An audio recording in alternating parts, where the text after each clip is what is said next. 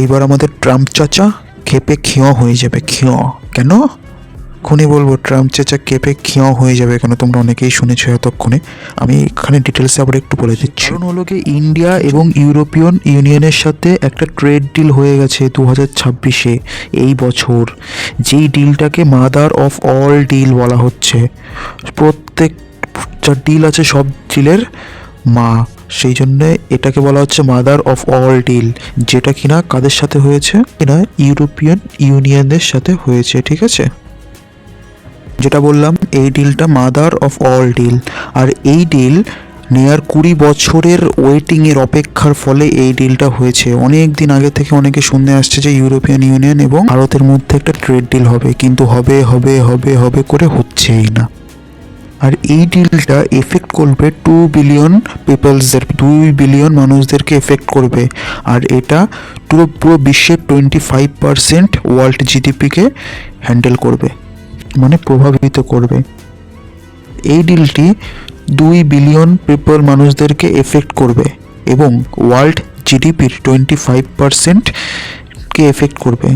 আচ্ছা, প্রশ্ন আসে আমাদের মাথায় যে যেহেতু 20 বছরের অপেক্ষায় এই ডিলটার অপেক্ষা আমরা করছিলাম, তাহলে হঠাৎ করে এখন কেন হলো এই ডিলটা?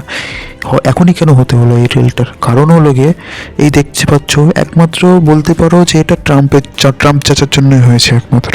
কেন? কারণ ট্রাম্প চাচা তো এখন ইন্ডিয়ার উপরে ট্যারিফ লাগাচ্ছে, ইন্ডিয়াকেও স্টেটমেন্ট দিচ্ছে নেগেটিভভাবে। আচ্ছা, টুইস্ট হলো এটা যে ইন্ডিয়াকে তো দিচ্ছেই, সাথে হলো গিয়ে এদিকে ইউরোপিয়ান ইউনিয়নদেরকেও দিচ্ছে, ঠিক আছে? উল্টোপাল্টা, মানে যা ইচ্ছে তাই ইউরোপিয়ান যে কান্ট্রিগুলো আছে, বিশেষ করে ফ্রান্স, এদেরকে যা ইচ্ছে তাই স্টেটমেন্ট দিচ্ছে, তার মন যেটা চাইছে। তারপরে দেখো, ট্রাম্প চাচা আবার চাইছে যে গ্রিনল্যান্ডকে আক্রমণ করবে, সেই জন্য ডেনমার্ক আবার একটু ক্ষিপ্ত হয়ে আছে। আবার ওরা আবার কি ইউরোপিয়ান ইউনিয়নের অংশ, বোঝা গেল? সেই জন্য ইউরোপিয়ান ইউনিয়নও এখন ট্রাম্প চাচার উপরে ক্ষিপ্ত আছে। সো এখন এদিকে ইন্ডিয়াও একটু ক্ষেপে আছে কিন্তু প্রকাশ করছে না, এদিকে ইউরোপিয়ান ইউনিয়নও একটু ক্ষেপে আছে, ওরকম প্রকাশ করছে না। এবার কি করেছে? এবার এরা দুজন যুক্তি করে নিয়েছে, সেই জন্যই এটা খুব তাড়াতাড়ি দ্রুত হয়ে গেছে। না হলে এই জিনিসটা আরও অনেক পরে হতো, কিন্তু অনেকটা পরে হতো, আরও ডিলে হতো। আচ্ছা, এই প্রশ্নটা আসতে পারে। আচ্ছা, ট্রেড ডিল হলো যে ফ্রি ট্রেড এগ্রিমেন্ট যেটা হলো আর কি ইউরোপিয়ান ইউনিয়নদের সাথে, ঠিক আছে? এতে বেশি পরিমাণে লাভবান কারা হবে? আচ্ছা, লাভবান কিন্তু এখানে দুটো দেশই হবে। ইউরোপিয়ান ইউনিয়নের যেই সমস্ত দেশ আছে সেই দেশগুলো হবে, প্লাস ইন্ডিয়াও হবে। দুটো দেশ না, সরি, ইউরোপিয়ান ইউনিয়নের সমস্ত দেশ আর ইন্ডিয়া। সমস্ত গাড়িগুলো আগে ইউরোপ থেকে আসতো ভারতে, সেই গাড়ির আগের ওই গাড়িটার ওপরে ট্যারিফ লাগানো হতো, 110% পর্যন্ত ট্যারিফ লাগানো হতো, ইম্পোজ করা হতো। মানে তার কাছ থেকে ওই গাড়ির ওপরে 110% ট্যাক্স লাগানো হতো। এখন সেই ট্যাক্সটা ঘেটে কত হতে হবে? 10% নামিয়ে দেওয়া হবে। সাপোজ কোনো একটা গাড়ির দামই, আমি এক্সাম্পল দিচ্ছি, 100 টাকা, ঠিক আছে? তার উপরে 110% লাগানো হতো, তাহলে সেই গাড়ির দাম ইন্ডিয়াতে বিক্রি হতো কত? 210 টাকা। মানে বোঝা গেল? তাহলে এখন সেই গাড়িটার ওপরে যে ট্যাক্স নেওয়া হবে সেটা কত? 100 টাকার যদি কোনো গাড়ি হয় তাহলে সেটা 110 টাকা নেওয়া হবে, আগে নেওয়া হতো 210 টাকা। বোঝা গেল কতটা নেমে এসেছে?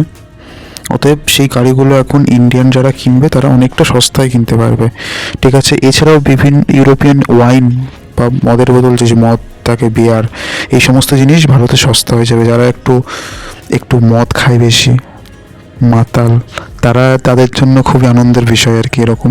আর যন্ত্রপাতি যে সমস্ত আছে সেই সমস্ত জিনিসেরও দাম অনেক কমে যাবে। তারপরে দেখো, ইন্ডিয়া কোন দিক থেকে বেশি লাভবান হবে? আমাদের ভারত থেকে যে সমস্ত টেক্সটাইল জিনিসপত্র ইউরোপে গিয়ে পৌঁছায়, পোশাক, চামড়ার যে সমস্ত জিনিস বা টেক্সটাইল যে সমস্ত আছে, সব জিনিসই কিন্তু এখন দেখো, বাংলাদেশের সাথে কিন্তু ইউরোপের কোনো ট্রেড ডিল নেই। অতএব আমাদের এখন টেক্সটাইলের মার্কেটটা কিন্তু অনেকটা হাই, অনেক বেশি আছে বাংলাদেশের থেকে।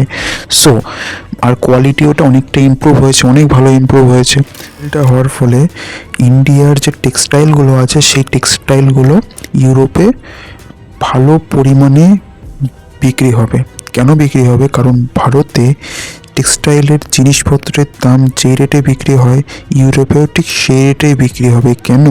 কারণ হলো গিয়ে ইউরোপের ট্যাক্স 0% এখন লাগছে, আগে আরও বেশি লাগতো, ঠিক আছে? কিন্তু এখন 0% লাগছে, অতএব কোনো ট্যাক্সই লাগছে না।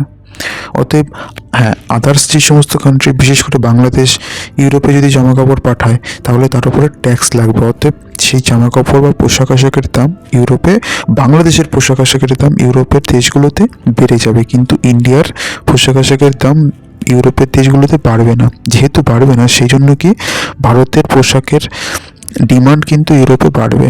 অতএব ভারত কিন্তু প্রোডাকশান বাড়াবে পোশাক আশাক মানে টেক্সটাইলের। আর যখনই প্রোডাকশান বাড়াবে তখন লেবার বেশি লাগবে, কোম্পানিগুলো চাইবে তো লেবার লাগবে। আর যখন লেবার লাগবে তখন কি ইন্ডিয়াতে জব ক্রিয়েশন হবে। সাথে সাথে কি ইন্ডিয়ার মার্কেটও তাদেরকে বজায় রাখতে হবে, ইন্ডিয়ার মার্কেটও তাদের দরকার লাগবে। অতএব ইন্ডিয়ার মার্কেট বজায় রাখতে গেলে আরও বেশি লেবার লাগবে। অতএব তাদেরকে লেবার ধরে আনতে গেলে কি খুঁজতে হবে, ইন্ডিয়া থেকে খুঁজতে হবে। ইন্ডিয়া থেকে খুঁজতে গেলে কি জব ক্রিয়েট হবে। মানে বুঝতে পারছো কতগুলো ইন্টারকানেক্টেড আছে। আচ্ছা, এই ক্ষেত্রে কিন্তু শুধু পণ্যের কেনা বেচার চুক্তিটা ভালো হবে সেটা না, কিন্তু এই ট্রেড ডিল হওয়ার ফলে যারা আর কি বিদেশে পড়াশোনা করতে চায়, বিশেষ করে ইউরোপিয়ান কান্ট্রিগুলোতে, তাদের জন্য অনেকটা উপকার হবে। পড়াশোনার দিক থেকে তারা অনেকটা সুযোগ পাবে, সুবিধা পাবে, ঠিক আছে। তারাও অনেকটাভাবে হেল্প পাবে ইউরোপিয়ান দেশগুলোর থেকে। প্ল্যান মানে প্রধানমন্ত্রী নরেন্দ্র মোদী, তার প্ল্যান হলো যে সবার সাথে বন্ধুত্ব স্থাপন করো। মানে কাউকে নেগেটিভভাবে ওরকম ডাইরেক্টভাবে আঙুল তুলে নেগেটিভভাবে কোনো কিছু বলো না। কেন? কারণ সবার সাথে বন্ধুত্ব স্থাপন করো। কারণ সম্পূর্ণ দেশ, পুরো বিশ্বটা চলে হলো গিয়ে ফ্রেন্ড হিসাবে। কারণ আজকে যে প্রেসিডেন্ট আছে সে হয়তো সেই দেশের প্রেসিডেন্ট কালকে নাও থাকতে পারে, অন্য কেউ থাকলো। সেই দেশের সাথে কানেকশন ভালো রাখতে হবে। হ্যাঁ, কিন্তু এই পাকিস্তান, বাংলাদেশ, এদের মতন এদের দেশে কোনো উন্নতি নাই। এদেরা ওই ইসলামিক বিষয় নিয়েই পড়ে আছে। অতএব এদের সাথে ভালো সম্পর্ক রাখা ওরা নিজেরাই রাখতে চায় না, তাহলে আগ বাড়িয়ে আমাদের সেরকম দরকারও নাই। বেশি নড়াচড়া করলে দুই চড় লাগিয়ে দিলেই চুপচাপ বসে যাবে। ওই করতে হবে এদের, আর কিছু করার নাই। বেশি লাফালাফি করলে করবে, বেশি লাফালাফি করছে, মনে করছে যে নিজেরাই সব, ভারত কিছু বলছে না বলে তারাই মনে করছে তারাই বিশাল, ঠিক আছে। তখন বেশি অতিরিক্ত লাফালাফি করলে তখন একটু দুই চড় মেরে বসিয়ে দিতে হবে এদেরকে, তখন বুঝবে বিষয়টা কী।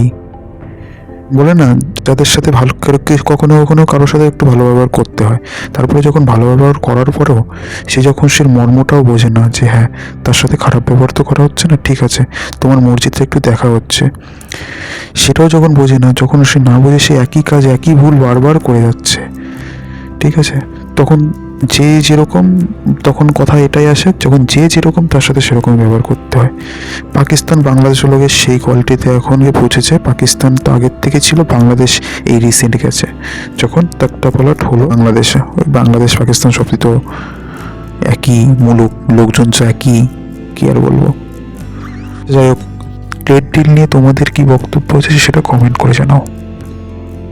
আজকের জন্য এটুকু। সবাই ভালো থাকবে, সুস্থ থাকবে, হাসি খুশি থাকবে। জয় হিন্দ, বন্দে মাতরম।